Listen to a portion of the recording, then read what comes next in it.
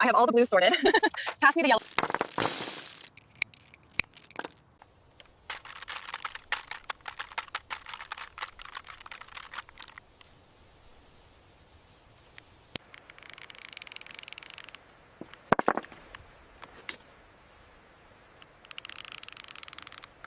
Right here in the center pot. Perfect. They look amazing together.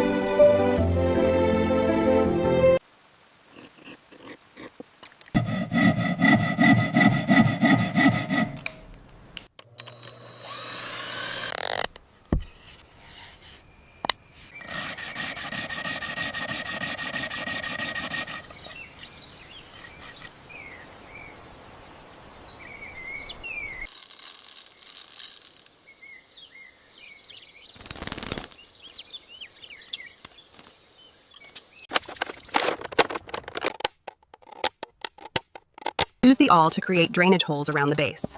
Cut your twine, then thread it through the holes, securing it with a strong knot to form the hanger.